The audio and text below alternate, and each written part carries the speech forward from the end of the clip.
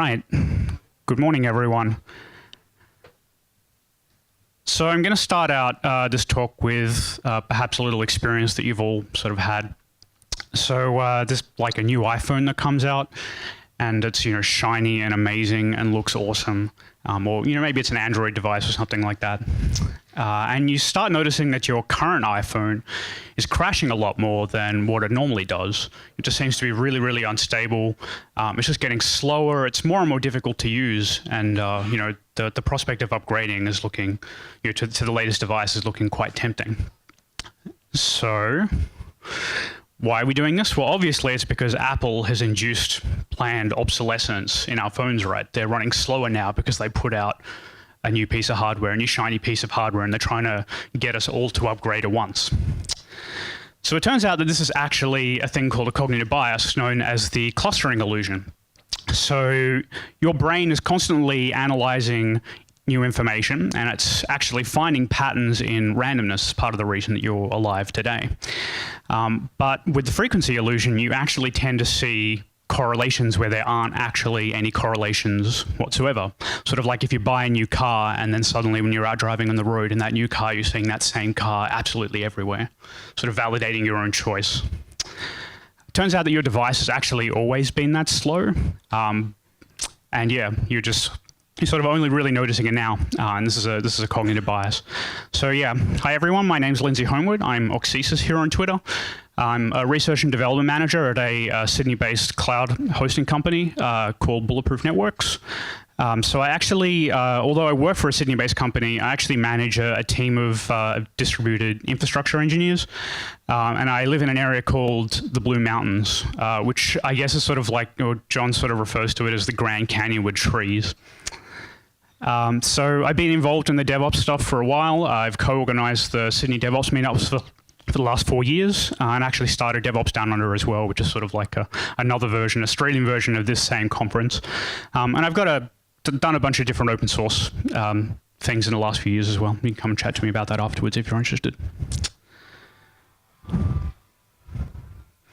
So what is a cognitive bias? I mentioned what it was, you know, that there are cognitive biases, but what is actually happening here? So all a cognitive bias is a mental shortcut. So your brain is constantly optimizing for, timeliness over accuracy. It cares about coming to a result quickly. It doesn't necessarily care whether that result that it's come to is correct. So the way that works is something like this. Your brain is doing some sort of problem solving. It's using a heuristic, it's doing some sort of pattern matching. And if it comes to a correct result, then we say that this is a rational choice. Pretty simple and straightforward. But then if your brain is doing more problem solving, it's using another set of heuristics, or maybe it's exactly the same set of heuristics, and it results in an incorrect result, then we say that this is a cognitive bias. That's all it is. Very simple, very straightforward. And what is a heuristic in a psychological context? Well, like I said, it's all really about pattern matching. It's about using existing judgments and experiences to rate new experiences and categorize new information that's coming in. The most important thing is that it's actually what helped your ancestors survive. It's the reason that you're here today. So I want you to imagine another scenario. So you've woken up in the morning, maybe a little bit earlier than this. And you know, you're going through your normal sort of breakfast routine before going off to work. So you maybe put some eggs onto the boil, and you've made some toast as well, and you put it all down on the table, and you sit down, and you're about to tuck into it. You do a little bit of cracked pepper on top, and you're going to put a little bit of salt as well. And as you're about to go for the salt, you actually your phone goes off. You get a little notification. So you know, being the good little internet addict that you are, you sort of reach over for it to have a look at the latest message, and you accidentally knock the salt shaker off the table. And out of the corner of your eye, you see that, yeah, I think it sort of went over here. So, you know, you start looking over there and you focus in and you zoom in and you're, you know, pulling the bags away and the shoes and the trash bin and opening up all the drawers, and I just can't find that damn salt shaker. And, you know, you look for 5 minutes and you're exasperated and you can't work out where it's gone. It's almost like a black hole has opened up and it's just disappeared into it. And then you take a step back and you find that the salt shaker was actually over there all along, was actually underneath the chair. So this is a prime example of a thing called the confirmation bias, which is one of the most well-known cognitive biases. So your brain is constantly seeking information that it reinforces an existing position. It has an idea made up about what the situation is, and it's finding other information to back that up. You're also ignoring alternative explanations. That's why you were focused for 5 minutes on trying to find the salt shaker underneath the cupboard. And even worse, your brain is actually interpreting ambiguous information towards reinforcing the position that you've actually already taken up. So who here knows this guy, Stephen Colbert? Quick show of hands, people familiar? Okay, right. So Stephen Colbert is sort of interesting. He's an American comedian who has a persona and runs a late night TV show and called the Colbert Report. And he sort of has this persona that is also named Stephen Colbert, but basically is sort of like doing a send-up of the American sort of conservative political pundit. And liberals absolutely love him because he's lampooning that sort of traditional conservative political operative, very much sending up the sort of behavior that you see on Fox News, things like that. But it also turns out that there are a lot of conservatives that absolutely love him as well. And that leads to interesting article headlines like this, who is clueless enough to think that Colbert is a conservative? And that's because the people that are watching that already come to the table with a conservative background, looking at the information that he's delivering to them, and it reinforces their existing positions, so they absolutely love him. See, from their perspective, they see him as lampooning the liberal establishment. Oops. So what I want you to do is watch how many times the team in white passes that ball.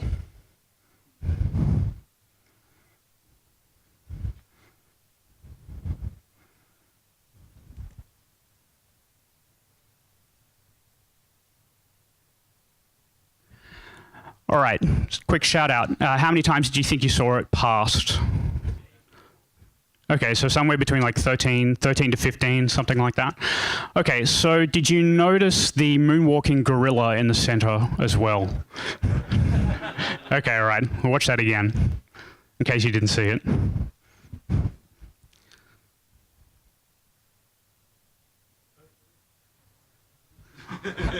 Oops. So this is the confirmation bias in action. You're looking for a particular pattern and you're ignoring other information that doesn't fit that pattern. And you probably experienced this when debugging code as well in the past. So you're writing a new application and you found a bug, but you know that your code is perfect. It can't possibly be a bug in my own code. And it has to be some sort of bug in the library that I'm using underneath. So I just can't find it though, and I just need to try harder and look deeper. So I dig and I dig and I dig, and then 30 minutes pass and it turns out that the bug was in my code all along. So that initial judgment, that initial argument that your brain had come up with, you were reinforcing that entire time. And it wasn't until you took a step back that you were able to work out that, hey, actually, my original assertion was actually incorrect. So there are some pretty simple things that you can do to counter this behavior.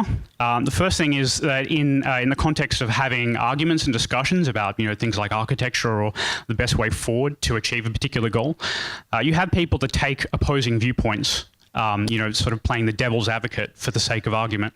And the reason that's important is that it actually encourages people who have a particular argument to be more, I guess, make their argument a little bit more robust, and consider the viewpoint, alternative viewpoints to their own. The other interesting thing as well is that if you come to a conclusion in your work life that is negative, you're making a judgment call on somebody else, it's very possible that that could be a biased judgment call as well. A really simple way to harness that behavior as well is that if you already have a good collaborative culture within your organization, it can mean that if somebody makes a mistake and screws somebody else over on another team, that you may be more willing to give them a free pass because, hey, you know that they're trying to do the right thing even though they just screwed me over. So a really simple way to remember this is confirmation reinforces while you ignore other sources. All right, I want to give you another example. So this is sort of a personal story from my work life. So like I said before, I run a distributed team of infracoders. And one of the responsibilities of my team is to work on provisioning automation for within our business on multiple hosting platforms. So I want to tell you about a story that took us 18 months to deliver provisioning automation on top of VMware. 18 months sounds like a hell of a long time, doesn't it? So we have a dedicated provisioning team within the company, and the prov team say, hey, we're being hurt really badly by these VMware provs. So my team comes along and says, hey, we'll totally automate that for you. So we go off and we work on that for a little bit. And then, 2 weeks later, we've made a bit of progress on that. And the prov team come back to us and say, hey, we're being really hurt by this load balancer stuff now. We need to make that work better. And we're like, okay, we're totally on that. We'll get on that right now and make that better. So we come off the VMware provisioning automation and we start working on the load balancer. Another week goes by, we have another one of these catch-up meetings, and it's like, hey, that VMware stuff is really hurting us again. Okay, we'll just switch on to that. 4 weeks later, oh no, it's something completely different, something that we haven't experienced yet. Automating the EC2 probes is taking forever. Just doing the probes in general is taking forever. So, we're going to get right on automating that as well. So we engaged in this sort of behavior for 18 months. That sounds sort of inefficient, doesn't it, when you look at it in those terms? So can anyone tell me here what's actually happening behind the scenes? Any guesses? Go. No goals? Yep.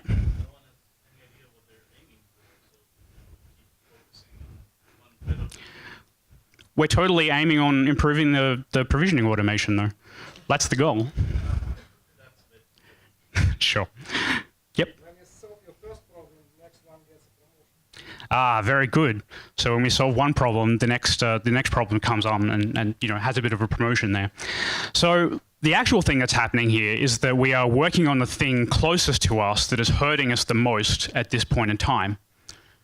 And we probably all experience this in one form or another, right, in our professional lives.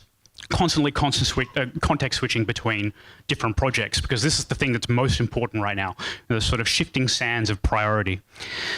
But it turns out that all those little problems that you're jumping between aren't the biggest problems overall, because you don't have a bigger picture. You don't know what those goals are, right? So, interesting question. Would you work like this? Yeah. Yep. Cool. Right. So if you were to say no, you would be engaging in a thing called the hindsight bias. So I constructed this story in this particular way by explaining to you the outcome of this 18 months of work, not actually talking about it at the very beginning and the goal that we were trying to deal with on a daily basis. Hindsight bias is also known as the knew it all along effect. It's actually a type of memory distortion where you basically see events and you know the judgment from the outset, so then you interpret the events that led up to that as being bad, as sort of reinforcing the reason that you actually got to that particular bad outcome. So you see this all the time when the media talks about airplane crashes. So the Asiana 214 flight that crashed in San Francisco earlier this year. Within 24 hours, there were newspaper articles with headlines like this. The Asiana pilot was in training. They were inexperienced. They stayed silent. They were negligent. Right, and this is very pervasive in our culture, the way that we talk about failure and the way that we model it. And all this comes down to is a judgment, right? It's about pushing away undesirable behavior and saying that that's somebody else's responsibility.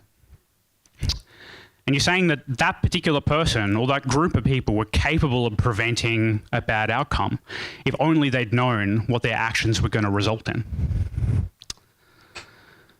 So another great example of this on a day-to-day basis, if you come from an ops background, is tweaking the monitoring thresholds, right? So, you get woken up in the middle of the night, 3 a.m. by some page, and you get into work the next day and you're like, I never want to be notified about that thing again at 3 a.m. in the morning. So I'm going to make that problem go away. I'm going to DevOps that problem away.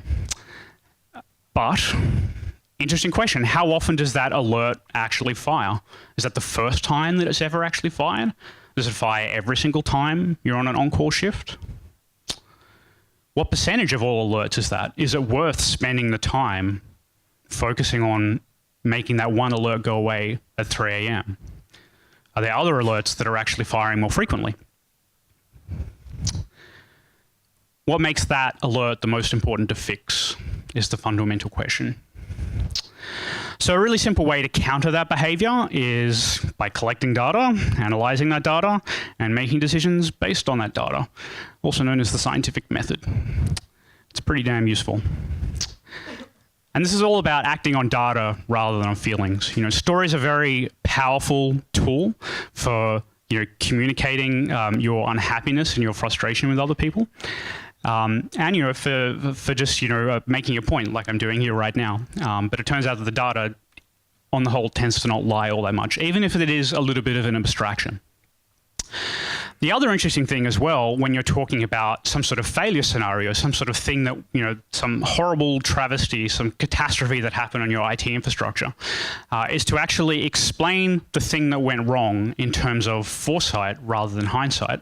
So there was a study that was done a couple of years ago, and they looked at the conviction rates of prosecutors versus defenders in the legal system, and basically, for prosecutors that framed their argument in terms of hindsight, so looking at the outcome of some bad action, some apparently bad action, they actually had a higher conviction rate because people were more easily swayed to that position. Whereas the defenders, if they talked about and put forward the defense in terms of foresight, explaining the rationalization behind that person at each and every step leading up to the bad thing that happened, they actually had a higher chance of getting the person off. So a really simple way to remember this is the hindsight blinds and foresight fines. Okay, so another little scenario for you here. You've got your boss, and he's very nice shirt and tie, and he's just had a wonderful meeting with the marketing guys all morning, and it's just after lunch, and you sort of come back, and you've finished eating, and maybe you're feeling a little bit woozy, a little bit it's time for your afternoon siesta, and it turns out that your boss has actually promised these amazing things to the marketing department without involving you at all, right? Like totally the antithesis of DevOps. And yeah, by the way, there's an impossible deadline that's attached to this. We need to deliver the world, and we need to do it in 3 weeks from now. Probably a few people are sort of having terrible flashbacks right now when they're thinking about this scenario. And you're like, why? Why would you do this? Like, this is just insane. Why would you commit us to this? And your boss says, I don't know what you're complaining about. It's just a bunch of typing. So this is another cognitive bias called the Dunning Krueger effect. And the Dunning Krueger effect is actually multifaceted. There's a lot of really interesting research that's going on about the Dunning Krueger effect at the moment. It's only discovered about 15 years ago, but there's a huge amount of activity around that. So the less that you know about a topic, the better you actually think that you are at it. Let that one sink in for a second. The less you know about a topic, the poorer your ability is to recognize genuine skill in other people. And the more that you know about a topic, the worse you think you're at it. That's a little bit terrifying. And why is this? Well, it's actually pretty simple. If you have more skill in a particular topic area or a subject matter, it means that you put in more practice, which means that you have more experience, which means that you see complexity and nuance that people who don't have that experience aren't able to see themselves. And this is another little thing, a little axiom called the curse of knowledge. If you know a subject matter deeply and intricately, you know all the ins and outs of it, sometimes it can be impossible to actually make some sort of rational decision about that, some rationalized decision about that. Because you know that whatever decision you make, there's going to be some sort of negative trade-off, and we're always optimizing for, for completely positive outcomes. So in the case where you're someone with less skill, it means that you've done less practice, it means you have less experience. Therefore, you've actually probably never had any sort of peer feedback at all. You haven't been able to rate your ability against other people in your cohort. And to make this even worse, the poor performers, because they believe that they're actually quite good at it, even though that they're not, they don't actually learn from any feedback suggesting that they need to improve.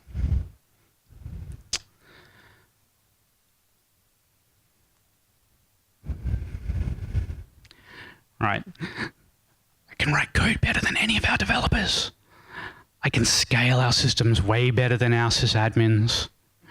My boss doesn't know what he's doing. I can lead people way better than him. No, you can't. Maybe you can, but if that's the case, then you're probably in the wrong job. Why aren't you doing that job? You are not a unique snowflake, is really what this all comes down to. And I think this graph as well quite adequately describes the phenomenon as well.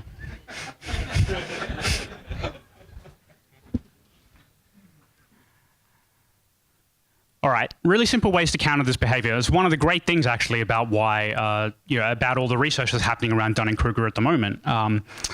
So firstly, become more skilled in the thing that you are unskilled at. It sounds stupid when I say it like that, but it's actually massively effective. So it turns out, through a bunch of different studies that have been conducted on this, that minimal training in a particular subject area actually improves your ability to self-assess your own ability in that, which I think is pretty much DevOps in a nutshell, right? And the interesting thing about that is that you have an improved self-assessment regardless of whether you actually improve your skill itself. So you can do the training in this thing and not actually get any better at it, but you become better at identifying genuine skill in other people. That's sort of interesting. Another really simple thing, make your engineers managers if they want to do that. They have an idea or they have an understanding about the things that the people in their team are doing. And then you've got non-technical managers as well. So if you're a non-technical manager, lean on your engineers, actually understand what they're dealing with on a daily basis. That's not to say that you should be writing code and deploying into production, although that's a pretty noble goal as well. But at least having an understanding about what they're doing is pretty damn important to doing a job the best that you possibly can do. The other interesting effect here is ethnic diversity. So it turns out that teams that have people from different ethnic and cultural backgrounds actually suffer the Dunning Krueger effect less than teams that come from a single ethnic background. And it turns out that in Asian cultures as well, that there is actually the reverse effect of this. So basically, the less that you know about something, the greater you know that your ability is to not be able to actually recognize genuine skill in other people. So another really simple way to remember this is the incompetent gloat and the capable choke. So we've sort of talked about a couple of different biases here, the three main and sort of most well-known biases: confirmation bias, hindsight bias, and the Dunning Krueger effect. So who here thinks that they are vulnerable to these? Quick show of hands. Okay, a few people. So everybody else, you're probably saying, I'm aware of my biases right now. These don't affect me. I am better than average. So it turns out that this is a cognitive bias as well. It's called the better than average effect and illusory superiority. And basically everybody goes through their life thinking that they are better than average. There's another cognitive bias as well here as well, called the bias blind spot. So people don't think that they are actually susceptible to these sort of biases. And the interesting thing with the bias blind spot actually is that for biases that reinforce positive attributes in people, they think that they have an above average susceptibility to it. But for biases that emphasize and accentuate negative attributes in people, then they say that they have a below average susceptibility to it. Interesting. Why? Well, pretty simple. It all comes down to self-esteem. Nobody wants to go through life thinking that they are below average, that they are, not in control of the situation and the circumstances around them, that they've been dealt, a faulty set of meatware that is unable to accurately produce rationalizing results. And like I said, nobody wants to go through their life thinking that they are completely out of control. That they're just being sort of dealt the cards that they've playing with the cards that they've been dealt. So I've used these little rhymes as well through the talk. So confirmation reinforces you ignore other sources, hindsight blinds, foresight finds, the incompetent gloat, and the capable choke. So it turns out that I've actually been hacking you this entire talk as well. So this is another cognitive bias known as the rhyme as reason effect. So it turns out that aesthetics affect truth. The more that something is fluent, that it is fast, that it is smooth, that it flows well, the higher value you actually place on it, which means that you're more likely to believe me when I use a little rhyme to describe those particular cognitive biases. So here's another really cute example of another cognitive bias. So this is a test. It's really, really simple. I want you to read the following statement once, and I need you to count the number of times that you see the letter F. Okay, the statement is going to appear in this box. Don't screw this up. Go.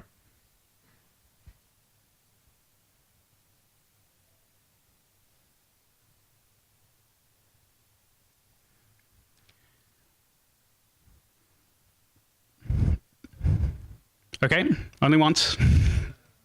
How many did you see? So quick show of hands if you saw 3 or less of the letter F. Okay. 4, 5, 6, 7, 8. Ah, that's an interesting spread. So it turns out that the correct answer is actually 8. So congrats to everyone that got that. So this is an underlying heuristic that's driving a lot of these other cognitive biases called the fluency heuristic. So your brain is giving higher weight to things that flow well. So what you're actually doing, all the people that saw 5 or 6 or 7, you're focusing on the big words like final, folios, from, but you're actually ignoring the smaller words that join those words to other words like of. Yeah. Still think that you're not susceptible to the cognitive biases? Your brain expects that pattern to continue. Your brain skips over that other information. And fortunately, though, there are a few things that you can do to counter this behavior. So you want to try and trigger more deliberate thinking when you're getting people to run through processes that are very detail-oriented. So simple way is to use checklists and maybe even induce a little bit of randomness in those checklists as well to keep people on their toes, just so that they're not doing the same thing day in, day out. Another simple way to harness that behavior as well, which is pretty awesome, is to rhyme the things that you want people to remember. The brain is giving high weight to things that flow more smoothly. So rhyme the things that you want people to remember. Turns out that the styling of text as well, the type of typography that you use is actually really important. So there was this great study done a couple of years ago where there's a large group of people that were given a piece of paper. It had a question written on it. 50% of the people had the question written in it was black on white, black text on a white background, nice, large, sans serif font, easy to read. The other group of people had it in a grey cursive font, poor contrast, difficult to read. And it was a very simple question. And it turned out that the people that were given the question on with the grey cursive text actually tended to get the answer wrong, because their brain was spending so much time thinking about how to decode that text, how to read the poorly contrasted text, that by the time they actually even finished parsing the question, and they were thinking about what the actual answer was, they were already so choked up that they actually second-guessed their own correct answer. And so when they did a follow-up to all the people that answered incorrectly, it turned out that they had actually originally come to the right answer, but because they were spending so much time trying to parse the layout of that text, they actually gave the wrong answer. All right, have you learned anything in this talk? Let's see. So we're going to do the same exercise again. Watch the people in white passing the ball, and to make it a little bit trickier, I want you to tell me what's on the chest of the gorilla.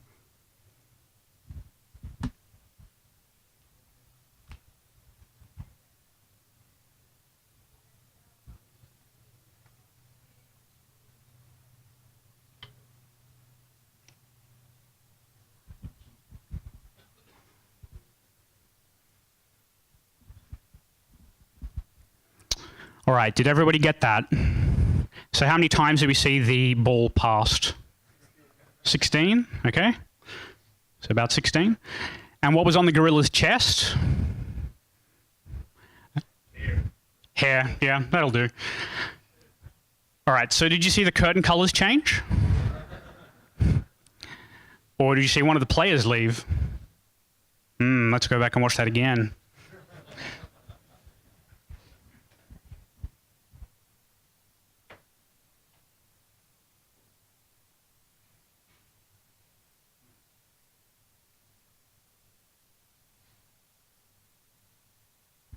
Here comes the gorilla. Oh, look, one of the black players have left.